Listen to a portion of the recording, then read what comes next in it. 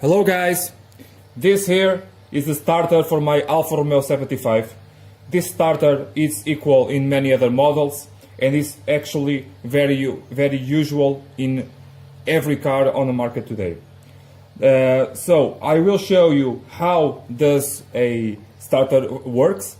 I will disassemble this starter and show you what you have to do from time to time to maintain your starter motor.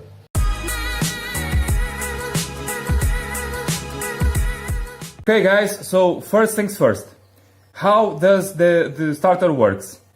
Electrically, it works like this. You have your negative ground here on the carcass of the starter. You have your positive on the solenoid. And you will have a third wire here on this terminal. This terminal accepts positive battery signal. And you can do on your car, imagine you cannot start your engine, it does not start the starter.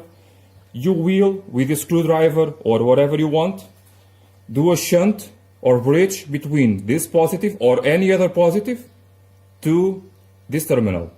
Mind you, the negative and positive are always connected to the battery, as it is right now. So, with a screwdriver, it may do a little bit of sparks, but don't matter. You will see or not your starter working. So, positive and terminal. See that?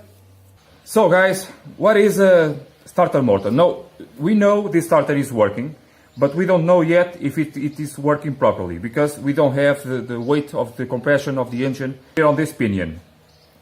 So, why don't we have just the motor? In much older starters, it did work like that. You have just a starter, but you always have to have a mechanism to make sure this pinion comes out, like this. If you see the pinion is in right now, when I start the starter, this pinion will come out. Okay, see that? Okay, this is to engage with the flywheel, with the teeth on the flywheel, and then retract when you don't need start anymore. Okay, so this coil here, this solenoid, does two jobs. It is a big switch. When you excite these coils here on the coil, the movement is very fast, and on the end here you have a big connection, electrical connection, that allows power to go to the motor part. And also, with this motion, with the movement of the interior of the solenoid, you have a fork with this pivot here that allows this pinion to come out. So the movement, as I do this, in here it shrinks, and by this pivot here, it allows this pinion to come out. I will disassemble everything so you can understand better. But I want to show you with the starter working, so you can understand better when I'm digging on the starter. First thing I like to do is to take out here the solenoid. I took out the nut on the back. It's a very thin nut. Come on. Like this. The main one of the cable is very thick. It has a small washer. Put that aside. Okay, now next thing is to take out the main body of the solenoid. 3 bolts, 3 screws, perhaps. Like this and this. Okay. Now take out and save your screws. In the previous video on the Portuguese video, I have to do where is it? Come here. I have to put this bit here and then hammer it on the 3 bolts to loosen them, and then they came out very easily. Okay, put that aside. Take out the body of the solenoid. Here it is. And the inside. Now this solenoid here, as I said, does two functions. The main function of it is to be a main switch, like a big relay. When you are exciting the solenoid, this interior part here comes all the way inside and pushes in a switch that is inside there and connects these two connections. So a big relay, a big switch, whatever you wanted to call it. And at the same time, when this big relay pushes in, this ear here, this part, pushes, sorry about the movement, pushes in this interior piece that actually pushes out like this, pushes out the pinion. I will disassemble some more so you can understand better. Now, next thing I like to do is to take out this cap. To take out this cap, you need to take out this center cap as well. I also did hammer these screws to loosen them. So you take out the screws, and you will have a lot of grease inside here, or should have. Take out the cap, and now be careful. You have a C-clip to hold the interior, and you have also this washer and a sealant or a gasket for the cap. Now, number 9, take out these big screws.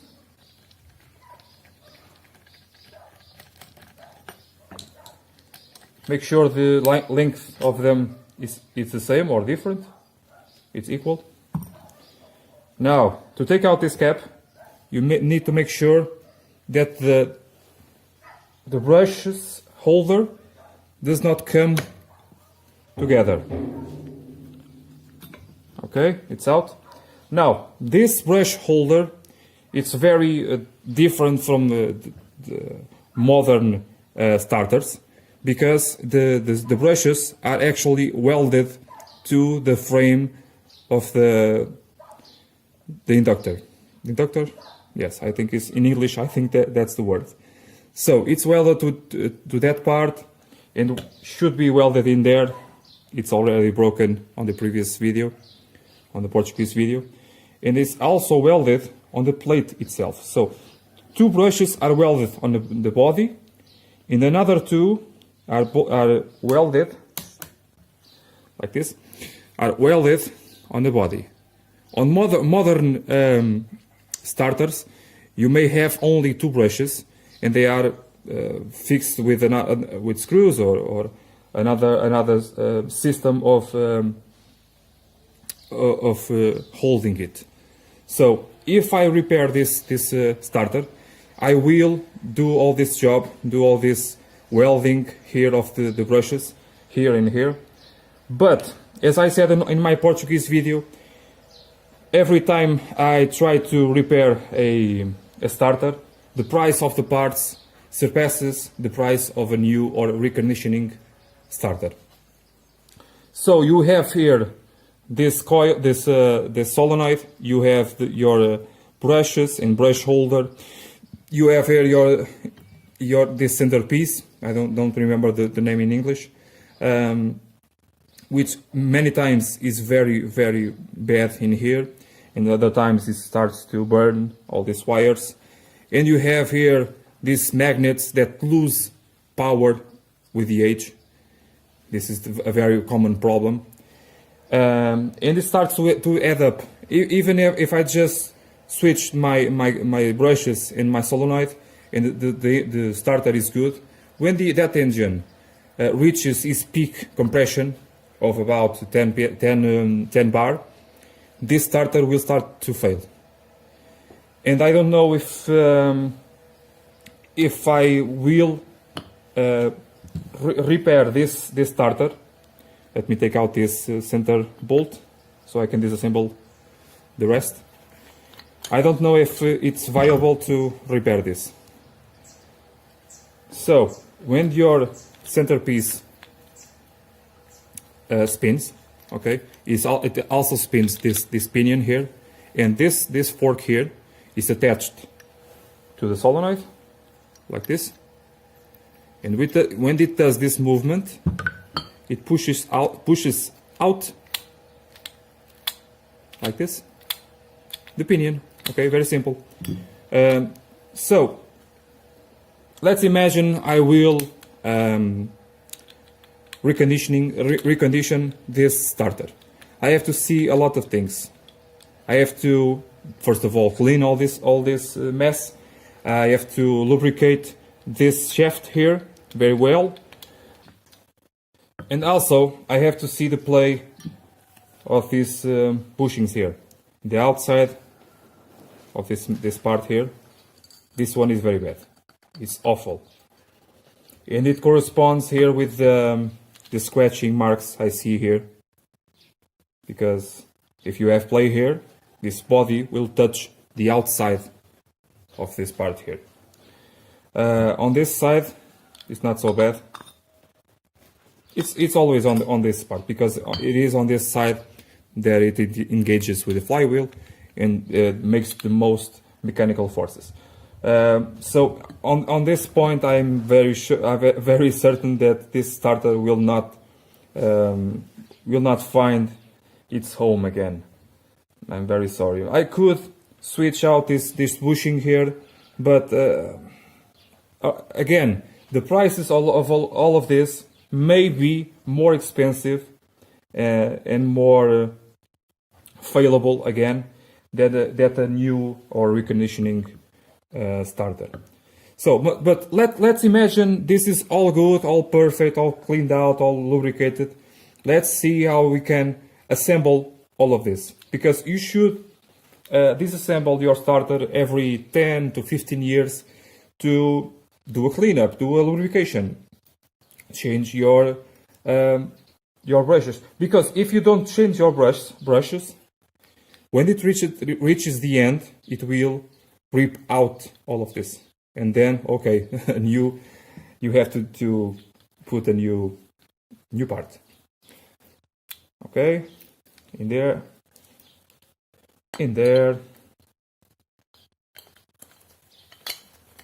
I'm very glad I took out this starter. It's a bad surprise, but I prefer to have this surprise now than later when I'm starting the engine with more compression, I hope. And the starter, no, I cannot do it anymore. So you put here this plastic, if I can, if I'm doing it right, even. Okay, now I am. Now the outer part has this slip here. Okay, aligned. Now, and let's see here. Let's imagine we have all of our brushes together. We put this like this. Attention to your bolt holes. You have to align with these parts here. And now with the screwdriver, you pull in on the brushes. Okay. You align. Try to align your bolt holes. I think I'm there.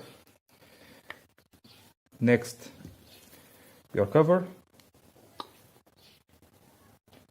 Your cover has to align with this as well.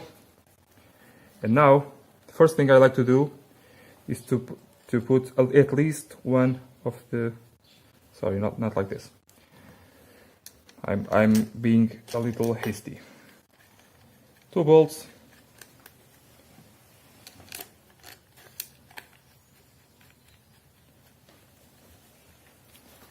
Now, go down, please. You have your washer. Where are you? Okay, your washer, your C-clip. Okay, it's very easy if it is the weight is all the way down. Your gasket, cap, and now you can put your screws.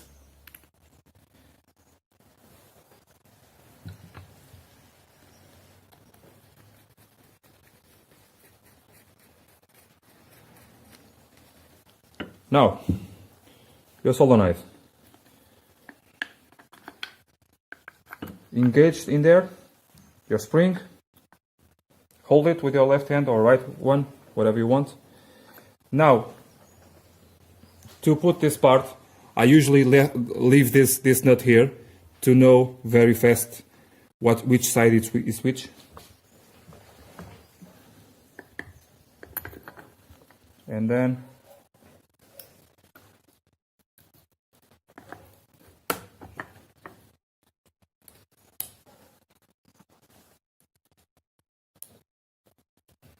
okay, switch it around. 3 bolts or screws.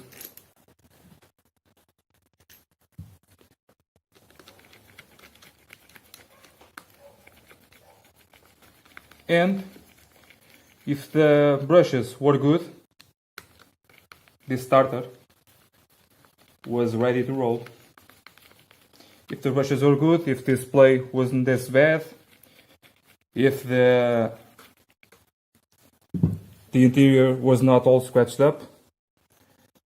Okay, let's see here.